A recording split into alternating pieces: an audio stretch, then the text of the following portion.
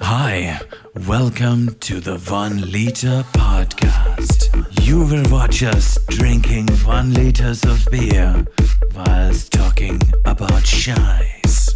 Please like and subscribe.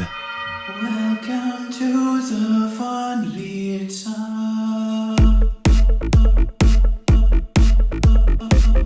Prost! Hey, everyone listening. Happy Friday. Saturday, actually. Saturday, different recording day. We want you guys to stay tuned to the end of the podcast where Philip and I will play a short clip of us singing Rammstein. Rammstein. You Sonne. heard it here. Sonne. You heard it here first. Hier kommt die Sonne. Now, Joel, we just saw that there's the channel YouTube Originals.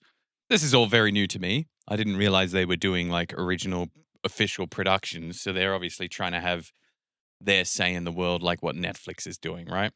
If you see a Netflix official documentary, it's like, oh, Netflix doco. This must be true, you know? Yeah. Netflix won the world. But Do the deep voice for the title of the... it's called, yeah. So it's called... How far is too far? The age of AI. That's what it's called. And it's Hosted by Robert Downey Jr. Robert Downey Jr. So my first question was... Seal of approval. If Robert's on it, you know it's good. That's it. But my first thought was like, what? Mm.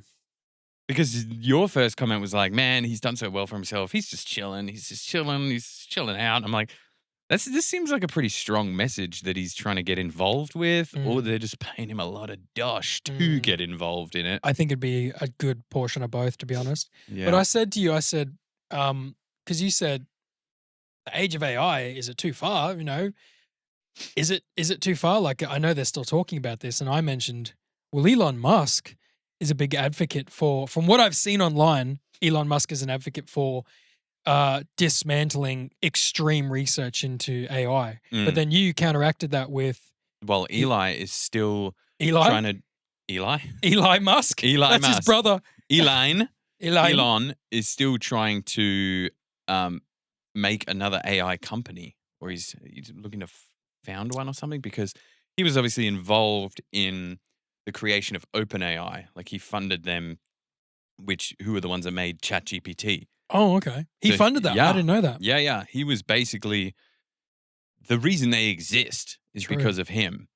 And then when he funded them and they got big and then they sold to Microsoft, that's when he really disagreed with that, because they were all about having an open source AI that wasn't made for being turned into profit. True. And now Microsoft's like, no, we own this. And it's like all part of Bing now, you know, Microsoft's search engine. Okay, because I thought you were going to allude to Elon Musk telling everyone that the river, the spring is poisoned, and then everyone doesn't drink water from the spring, and then he pumps the water from the spring and sells it for a profit. I thought that's what you're doing. I thought Elon Musk was saying AI is bad, but while everyone's refusing to do AI, I'm going to build my own company. Nah. That's exactly where Elon Musk is like the opposite to that. I feel like that might be something, and this is an uneducated person speaking, but I feel like that might be something a Bezos would do. He seems like the kind of guy that's like, well, I'm going to do it and I'm going to profit off it. Watch me go. I'm going to beat you to space. You know, that kind of guy. Do you think it's reached a point now where someone like Bezos, for example, has just, he's so rich, like he doesn't have to work again for the rest of his life, but he's just like addicted to money making and success now? Do you think he's trying to climb ladders where it's the power, right? Like, surely it's that feeling of power. Like he can make big moves, and as long as he's in control.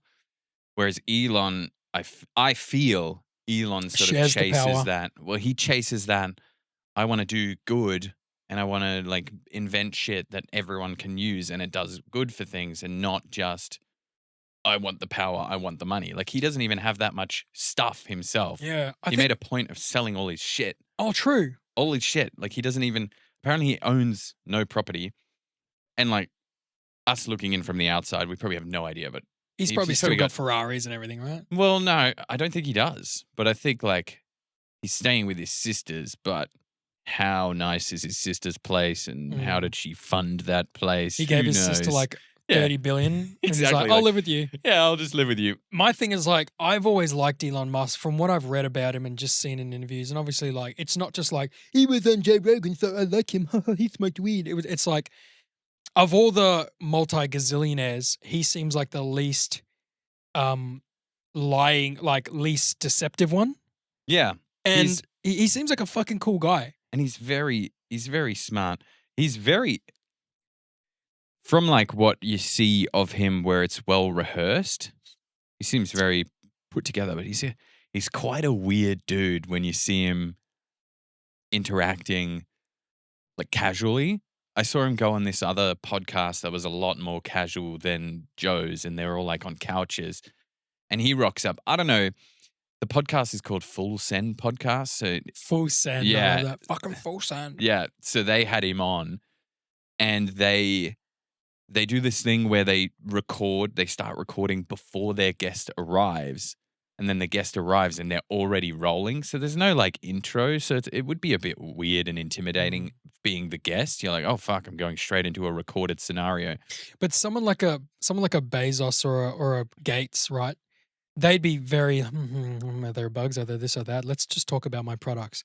But if if you're saying Elon Musk is weird, then that means he's more relatable than ever. Well, yeah, and he walks in and he's like, it's a bit like, oh, okay, you guys. You can see he's probably a little bit like, oh, they're already recording, because then he like ignores the mic for ages. Like the mic's like over this, Because he's just like introducing himself and shit. and he's like talking, and he's like, and then eventually he's like, I should probably talk into the mic, shouldn't I? And like making weird jokes, and he cracks a beer straight away, and they're like, I oh, love that. I think another thing, what you just mentioned, where he gave all his money away. I think that's he the didn't give all his difference. money away. Whoa, whoa. You know, like He got rid of all these possessions his assets. purely so that he could be like, you know, when people hear you're a billionaire, they're like, oh, you're a billionaire with all your stuff. And then what are they going to say now? I got no stuff. Mm. I guess so. I meant to say, I think most people that you speak to, when you've made, let's say you're a billionaire, right? Like big billions, not just one or two, but big billions. Musk billions. I think I'd like to think most people on the planet, once they have everything they need, once they've taken care of themselves, their closest friends and family, that's when they would start giving money to charity. And I think, like, I'm sure Bill Gates and Bezos have given a lot of money away to people, right? Like a lot of money. Mm. But they could have ended world hunger by now, you know? So I think what Elon Musk is doing is he's physically saying, I could just give money to people, but it's probably not going to solve all the problems. It's probably going to go to the wrong people, corrupt people. So what I'll do instead, I'll still help the planet, but I'll help him in the ways that people only dreamed of. Yeah. A chip in your brain that helps you walk even though you're paraplegic. Huge. Electric EVs. Electric cars everywhere. But the potential in the next 100 years or 50 years to be colonizing Mars or the moon, you know? Crazy stuff. And I admire him for that. He's like a modern day Weyland-Yutani. Anyone who hasn't seen the Alien films, look up Alien. Look up Weyland-Yutani. Phil's going to put the Weyland-Yutani symbol right here between my hands. Weyland-Yutani for a better future. You'll see.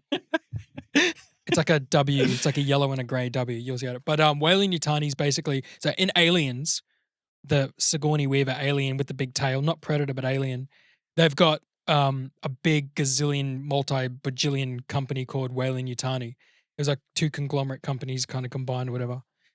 And yeah, it's just like they're the kind of people who are like creating things for a better humanity, not just throwing money on a fire and trying to make it go away. That's exactly his mindset, right? Yeah. He's like, I want to make humanity survive, basically. He's almost like he's got a bit of doomsday vibe in him where he's like, we need to survive because Seems knows wise though, right? well, he just knows what the probabilities are of the universe, of Earth. Just like there's a lot of instabilities in our universe. Something's eventually is going to collide with us. It's just going to fuck our shit up and it's going to be unlivable. And the others probably know, the other bazillionaires probably know about that as well, but they don't give two shits because they're just, Power hungry or yeah. whatever it is. Do you know what the biggest thing that scares me though? What? Oh, sorry, what were we going to say? I was just going to say that there's a quote that you may not have heard yet, and I'm pretty sure it was Bill Gates. He said, making the money, like making his fortunes, was the easy part.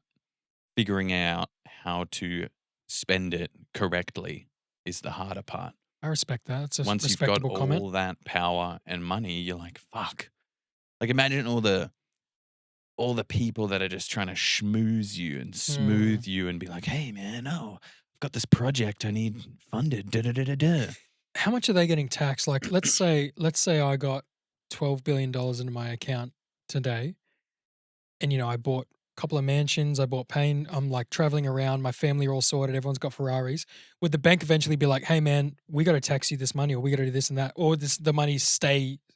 No, it's as soon as it becomes income for you. So as soon as you liquefy it, because they don't have liquid billions. It's not cash in the bank. So they've got value in their companies that they are the owners of. So he might have X amount of shares, like Elon's, for instance. His wealth is just made up of X amount of shares of Tesla, X amount of shares of SpaceX, the Boring Company, and he owns shares in all those. And the value of the companies is what makes him be worth 200 billion or like whatever. When you look at a net worth of like an actor or something, and he's 300 million, he may not have 300 million in the bank. It might be not at all. Might be 60 million on this house, 30 million on this Ferrari. Yeah. Right. So most of it's assets and shit. Correct. And the thing is, its net worth is meant to be like after their debts as well. Supposed to be. I don't know how accurately that's calculated, but that's what net is meant to be. So if you're an actor and you've made 20 million and you buy yourself a $25 million mansion and you take out a $5 million mortgage, technically your net worth is now minus 5 million because you've got a big piece of debt, even though you own a $25 million mansion. True. Sorry, your net worth would be 20 million because 5 of it is financed. True. Once you put it into numbers like that, it's like, fuck, man. Oh, yeah. Oh, look, I'm a millionaire, but like to what cost, Well, once you put it into numbers like that, though, you imagine like someone like Justin Bieber, 200 million net worth. So even if he had a mortgage on his property, his net worth is still 200 million. If he sold everything, got rid of all his loans, he would still end up with $2 million in cash. True.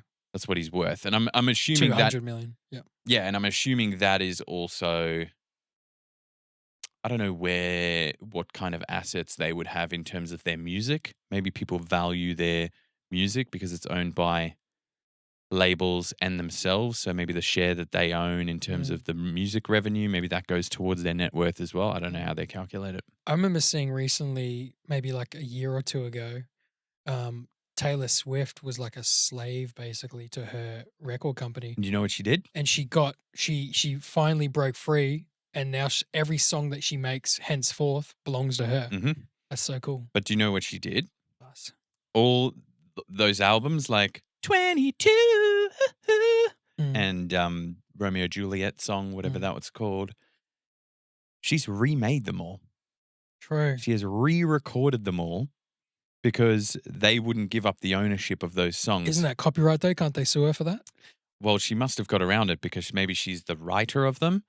So she owns the melodies and the lyrics, but they own the asset as in the song that is on Spotify. So whatever revenue Spotify makes from streaming 22, for instance, the label gets. True. She gets fuck all. She's re-recorded every one of her famous songs in those albums and she has her own Spotify and shit now. Called them Taylor's version, and all her like diehard friends have just like vowed to only play the new versions now and just never touch the old. Friends or fans? Fans, sorry. Did I say friends? You did. Are you right, diehard friends. Philip's having an aneurysm tonight, people. Nah. Hey, don't be saying that, man. Yeah, touch her. It's been a long day for Philip. He's been helping his partner move. Can I tell you a funny story? Someone I met recently, I'm not going to name names because I don't want to get anyone in trouble. Not that it's like a big deal, but it could be for Russell Crowe. Oh, but I'm not going to name any names, but for Russell Crowe, he's fucked. Someone I met recently. Pause. Can you mute my mic for a sec?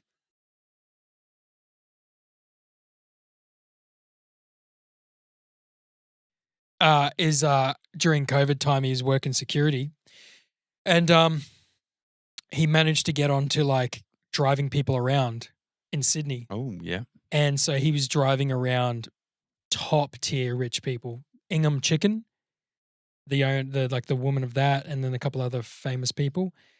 He was a personal driver for Russell Crowe and his wife.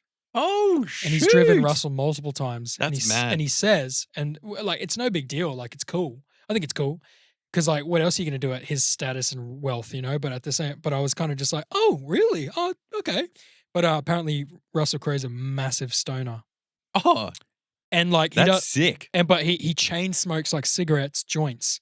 He's chain smokes joints. Wow. And he's fucking. That's some tolerance. Yeah. Like fucking what a gangster Russell Crowe's a stoner. So I just thought that was an interesting fact to bring up too. Like the stoniator, you know? Gladiator. Stoniator. But I bet there's a ton of super wealthy people, especially in the US now, that would probably do the same thing. Like, yeah, I remember reading, and he's probably definitely got medical reasons for it. Yeah, for here, sure. Yeah, so that he doesn't have to be illegal. But yeah, like in the US, you can just buy whatever. Yeah, I remember reading a lot of times. This is fact. This isn't like speculation. This is fact that Brad Pitt's a huge stoner, like a big stoner, and apparently Angelina Jolie had a huge beef with it. Wow. Like it was always like I'd always like take a dump. My mother would always have like New Idea Woman's Weekly. She'd read them and then she'd put them in the toilet just for like people like magazine reading. So like I'd be sitting there on the shitter all my life as a kid. I used to always flicking through the actors magazines. Yeah, I used to like looking at the pictures of people, but I'd mainly go to the back where they used to have like guess this actor from this movie, and they'd have like a crossword puzzle and shit. I never did the crosswords, but I always just like to shit the back. But every now and then I'd like look at it. I'd be taking a dump and it'd be like Angelina Jolie feuds with Brad Pitt again over his marijuana abuse, and I'd kind of like read through the article and be like, oh, Brad, the shit's crusting on my ass. I've been sitting in the toilet for 15 minutes because I've been reading it. I haven't got out and wiped my ass. But I just hate the way they word that shit too. It's all just headline grabbing, you know, because of his marijuana abuse. Yeah. And like, I also want to change how we say that. Like, Brad Pitt's a massive stoner. It's got such a negative connotation. We just say Brad Pitt smokes a lot of cannabis. Yeah. Because it obviously makes him feel good. Yeah. And mellows him out. It makes his life nice. The dude's been in the spotlight in Hollywood since his early 20s or something. And it obviously, that's a long time to be the center of attention all the time. Paparazzi, meetings, dinners, the craziness and the weird cults of Hollywood, you know, like a little weed's probably the least harmful thing ever. And have a look. Oh no, he's really flushed his life down the drain by having too much cannabis. No, he hasn't. No, he hasn't. He's still doing fantastic. He's killing it, dude. Yeah. Yeah. I mean, I always had this thing in my head. I was like, is Brad going to get back with Jennifer Aniston? Oh, like, could you imagine? When he and her broke up, he went sad. He hit up Angelina, right? Well, isn't that why they broke up though? Yeah, absolutely. And then, Mr. and Mrs. Smith, they had that heat going. Yeah. And then Jennifer Aniston tried to date. Wish. I swear, again, my mother's magazines, every second or third month, Angelina Jolie's dating Vince Vaughn. Angelina Jolie's dating this guy. Not Angelina Jolie, Jennifer Aniston. She dated like a million different dudes because she was trying to plug that hole. And then there was like some tabloids. The poor thing. She was like, I in love. Can't find a decent guy. Like, I remember her and Brad, they seemed so good. And then Brad was like, oh, I like the lip fillers. The lip fillers, yeah. Fuck off, Brad. Women, and I know, like, I'm not bad-mouthing Angelina Jolie, but women especially think Angelina Jolie is the most beautiful woman in the world. I never got it. Never. I never thought it. The giant veins in her and her anorexic thin wrists and like the big lips are hot. She's got sexy eyes, sexy lips. I like the big blowjob lips. Oh, I like the eyes. She had large breasts too, which was obviously, I'm not being misogynistic. It's obviously appealing to men, but like I never. That's the definition of that.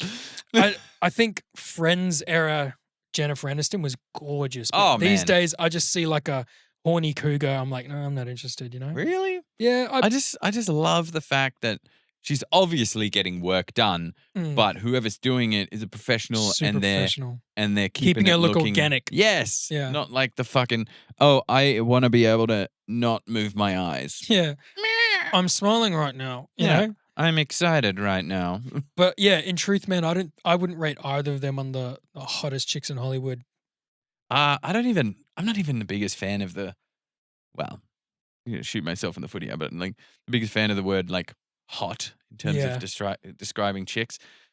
When we talk about women and we say For me, hot's like, oh fuck, did you see her? she's hot. yeah, like she's hot, but that does not at all put them in the category I'd like to be with her. You know? Yeah. Yeah, you'd probably want to do things to her, but you wouldn't necessarily be like, that is the kind of woman I would like to date and marry. Mm.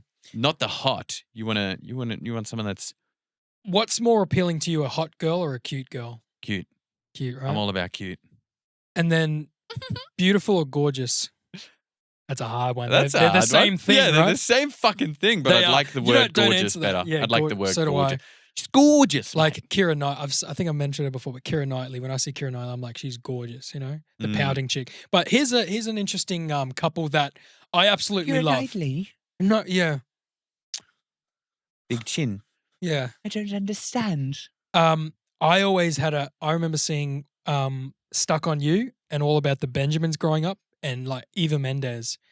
I used to have a huge heart on for Eva Mendes, dude. I thought she was like the hotter than Eva Salma Mendes. Hayek, hotter than all them. Monarero. I don't even know these names. Eva Mendes, Ryan Gosling's wife. Do you have your phone next to you? Do I have my phone? EVA Mendes with a Z. Or is it with an S? EVA Mendes.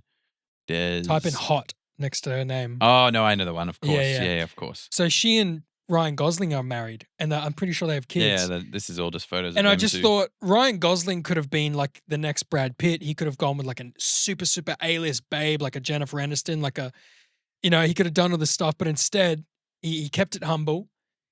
And he Yeah, fucking went no, with but Eva Mendes, dude. She Like- is that category, though. Oh, man. she is, but she's not as 100%. popular. She's not as popular as an actress, even though I think Eva Mendes is a great actress. So like, Yeah, actress. you're right. I just As an think- actress,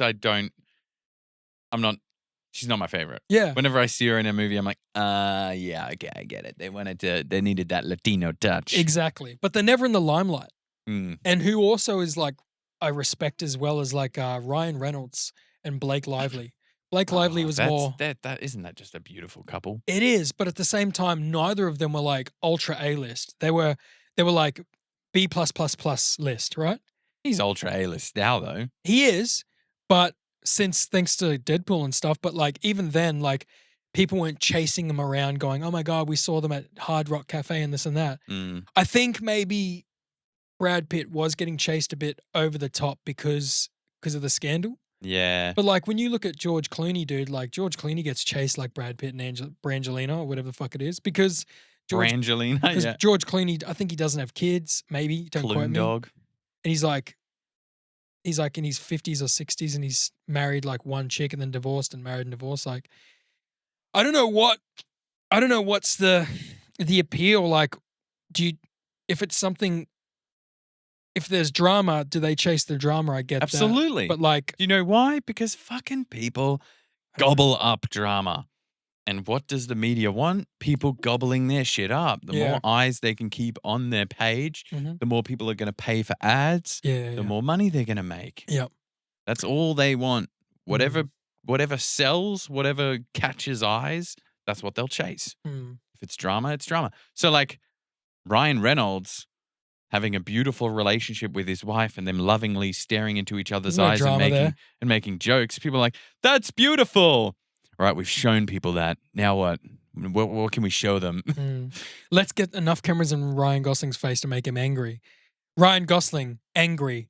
Potentially of a inside source as he hit his wife, you know? Ryan Gosling, angry. Is it his marijuana abuse? Is it? Imagine this for a second. I don't watch the news because the news is fucking depressing, right? It's always depressing. Mhm. Imagine you've got the regular news we watch, or you can watch positive news. So that's negative news or positive news. So it's just like, instead of turning on the news and be like, a flood in Nairobi has killed 40,000 people, 7 injured, da-da-da-da-da, I'd be like, you turn on the thing, it's like, a man with a chip in his head has learned to walk. And Yes. and in the same hospital he's in, a person from stage 4 cancer has survived with a new treatment. It looks promising, but da-da-da-da-da, it's like, I want to watch that. I feel like whenever we think of positive news, it's much smaller. So like the negative news is like a tsunami has hit Japan and Let's killed interview thousands of people. Yeah. Whereas what if there's like big positives? What if it's like stuff to do with like progression in terms of stopping certain negative things? Like what if someone followed like Ashton Kutcher's movement Mm. with the whole trying to stop human trafficking, that kind of stuff. And they told you like what progress has been made, but only if there is progress. Mm. So they don't bring it up just to bring up the negative, oh, there's child trafficking. But if there's something that's a huge breakthrough in something, that's the kind of shit. Mm. Positive news, you know? Imagine instead of, oh, the NASDAQ and the Dow Jones has plummeted this weekend. It's like a recent study has shown that more than 80 million people all over the world have begun meditations. The meditations begin from 1 minute to 10 minutes. Productivity in their lives and health benefits have improved. That's what they try to do on like good morning shows, isn't it? And a new craze that's hitting the millennials is meditation. Even though And it's here been we've around got- for how fucking long? Here we've got Dr. Joel Comerford today with us. He's going to talk to us about what's made this so popular with the young people. Have you Hi, Joel. Hi. You've got about 5 minutes to press your point, and then we're going to cut you off because we've got to play some ads. Okay, well, I've never actually meditated before. I don't know. That's enough, I don't- Joel. yeah. You've ran over time. The numbers look good. I've never done it before, but you know. Yeah, This man. is why I fucking love the emergence of big podcasts, because they give people a stage with 1, 2, 3 hours worth of raw chats. Get all their topics out. Get all their opinions across. People can hear shit. Actually. Not like, yeah, so I hear you wrote a really complex book that would take about 16 hours to read cover to cover. Hmm. But can you just like condense that into a 2-minute segment? Because we really want you on the show. Bye. Dude, there used to be this fucking awesome SNL skit back in the 90s when Chris Farley was on. Like Chris Farley, the rat, what were they called? The Rat Pack or something. It was like Chris Farley, Adam Sandler, David Spade, Rob Schneider, Mike Myers, Chris Schneider. Rock, and the guy. And dude, there was this funny skit where Chris Farley, you know Chris Farley? You're like, yes. Do you know who Chris Farley Sure. is? You seen Billy Madison, 9. the bus driver? Beverly Hills Ninja. Continue. Did you ever see Wayne's World? Just ignore me. I got no other place to go. All right. So, anyways, Chris Farley had this segment on SNL where he would interview people, and he interviewed like Paul McCartney one time, and from the Beatles and other people, and he was like a super fan, and it was just the most entertaining thing. He's like, "Hey, I got Paul McCartney here, man, yeah," and he's like, "Hey, Paul, so like, do you remember when you did that Beatles song, and you sang that song?" And Paul McCartney's like, "Yes, I did, Chris." He's like, "Yeah, that was awesome." and do you remember when you and I think like Christian Slater was on? He's like, "Do you remember when you like had that slick back hair and you said that cool line in the movie?" And he's like, "Yeah, I was there, man. I was in it." He's like, "Yeah, man, that was really cool." And it was just like I love that. super nerd. It was so sweet. It was so sweet. I love that. Play a segment here of it. Remember when you were with the Beatles? Cool. Oh, golden. Golden. Golden. You will play the segment. You play 2 seconds on it. Should be Hey, I'll fine. play 2 seconds, man. Thank you. We won't get flagged for copyright. No way. Not at all. But so, I mean, we got a very long tangent in terms of talking about famous people and stuff. Celebrity. But this thing about AI going too far Yeah. that they're trying to push now on this YouTube Originals, what do you think? What do you think is YouTube is trying to get out of this, or like why do we think that? Is it just for YouTube's- more controversy, or is it just? It's Or is everything, it, dude. or are they actually concerned? Like, what's going to happen? What are they It's- concerned It's for? all of it. It's all of it. YouTube is just a platform, dude. When you need to does the sword question why he stabs into the body? No. Yeah. No, Do you- not at all. Like the because sword that YouTube knows, we'll post this, we'll get revenue, it'll call controversy, Yeah, more yeah. people make videos, more views. we will get revenue. That's the fucking problem. They're just a dragon. They're just a fucking. Do you know how the whale opens its mouth? It doesn't even have to do anything. It just swims, opens its mouth, and like bucket loads of fish go in. Exactly.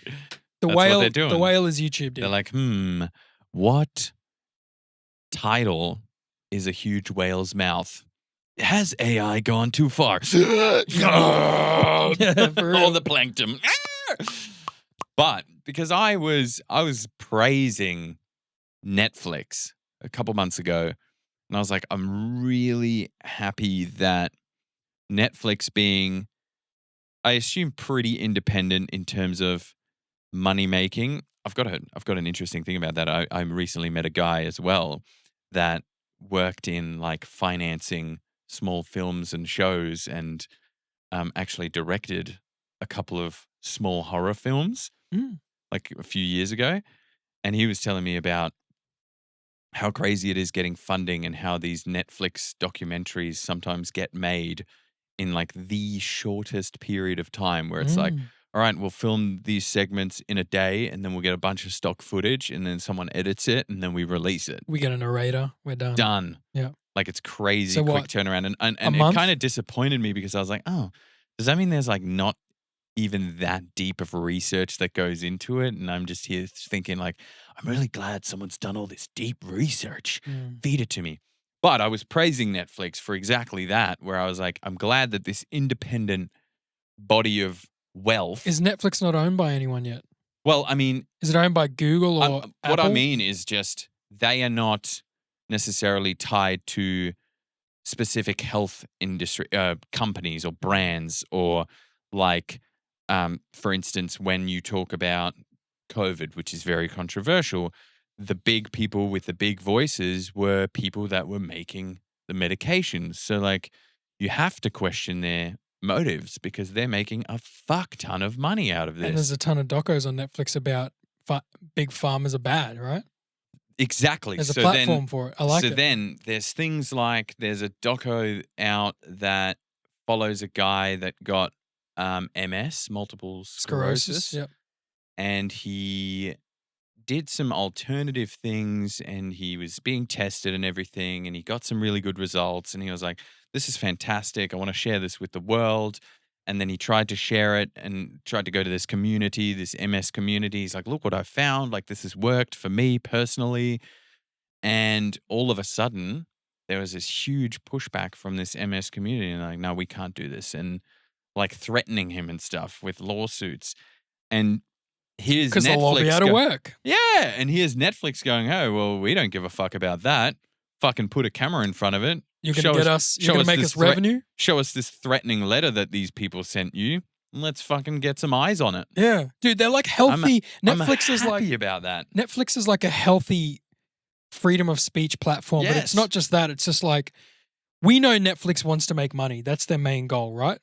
But they know they can make money organically, I guess. Because it's like, you got something to say, we're going to put it on that. It's always- organically, you know what I mean by organically. Like, I don't mean purely organically, but I mean like at least like they're If it's on Netflix, they're doing people it- are going to watch it. they're willing to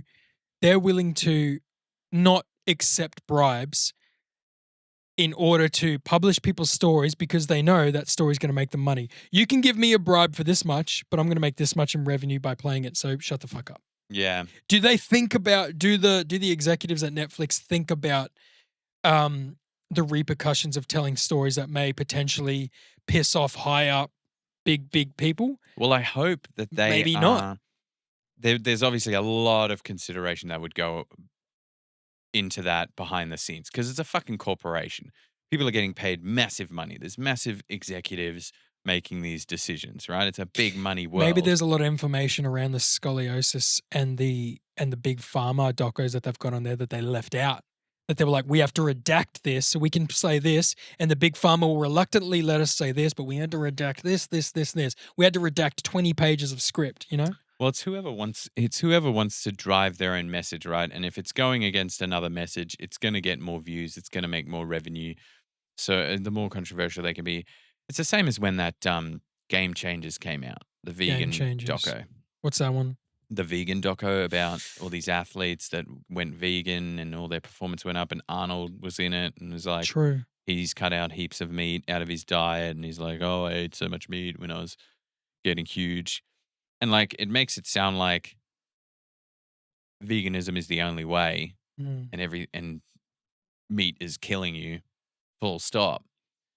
But there's been, and I've watched a lot of people dissecting that doco and being like, okay, so they've cherry picked this piece of information but left out all of this in that same study. So it's whatever gets, Maybe Netflix aren't as thorough. whatever pushes the narrative. Well, that's not necessarily Netflix, but that's the people that want to make that doco and want to push their vegan narrative. I mean, Netflix, like It's you good. said, dude, Netflix would have a huge quality control aspect of it, right? So they'd probably have to weigh it up. They'd be like, all right, this quarter in these 25 countries, we're going to be uploading these 18 docos, right? This one will be released on this date. 3 months later, we'll release this one. Okay, I need a team of 20 people to review this. What are the pros and cons of this? What do we need to add? What are the people who helped us make this? What do we need to talk and discuss with them? Dude, there'd be huge Q&A because if Netflix had more controversial than good, revenue's going to go down. So we've done a full circle. I said I didn't know, but having discussed this with you, I'm thinking now that they're a lot more stringent than because they're, like you said, they're a fucking corporation. They're a corporation. But Natürlich. my whole thing was, are they big enough to not have to be scared of those pharma companies, or should they still be quivering in their boots? I'd or say do they're they still- just select information that's not bad enough where the big pharmas are going to care? They're I'd just going say to be they're like, oh quivering. yeah, they'll get a few 100,000 people being like, no man, you can't do this, and then a couple of weeks later they'll forget about it. Big Pharma probably runs Netflix, bro. That's the issue. Is Google run by Apple? No. Okay, who runs No, Google? they are separate, huge companies. If Apple ran Google, then at least that shit would talk to each other. Apple is like, no, you have to have Apple products. Google's like, hey, we own Android. True. Google wants to be friends with Apple products. Every product that Google makes, all the Androids, they're like, hey, just fucking let's make a platform where we can both have blue bubbles. And iPhones and Apple's like, no, buy the Apple products. Yeah, fair enough. I think Netflix are obviously the highest streaming service ever, so they definitely are big swinging dick. But I think they would definitely bow to some big hitters. They'd be bowing to those motherfuckers in Waterloo who hang out with the vampires, you know? Well, apparently Netflix is also in a huge amount of debt. So their whole giant ship of a corporation is powered by negatively geared debt. So all the shit they make is borrowed. If they are in debt then maybe they are willing to just accept any story. But who are they in debt to? We don't know. Yeah. It could be, but their debt's getting more expensive because interest rates are going. And that is an upwards whistle. Entschuldigung, Netflix, what are you doing? Mm-hmm. All right, I reckon that was a solid dep. And please, if you've stayed with us this long, please enjoy Philip and I performing Sonne by Rammstein. Thanks. Prost. Prost. Hier kommt die Sonne. Und die Welt zählt laut bis 10. Hier kommt die Sonne. 2. Hier kommt die Sonne. Sie ist der hellste Stern von allen. Hier kommt die Sonne.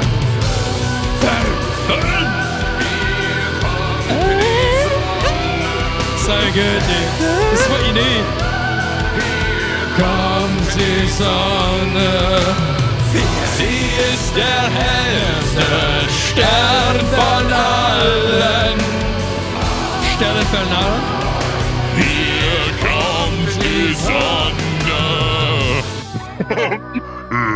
comes the Sonne. Did yours was like, I was like, how are you doing this? Here comes the Sonne. That sounded so sick, dude. I'm glad we have this Do recorded. Here comes the Sonne.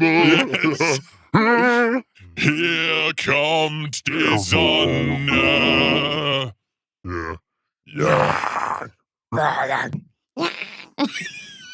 Here comes. You go high, I'll go low. Here comes the sun. I think I went low and high. Christ almighty. Skip-a-bap-bap, skip-a-bap-bap, skip-a-bap-bap. Skibbity-bloop-bap-bap-bap. Skip-a-bap- Skibbity-bap. skip-a-bap-bap, skip-a-bap-bap, Skibbity-bap-bam, skip-a-bap-bap. tickety-bam-bam-bam.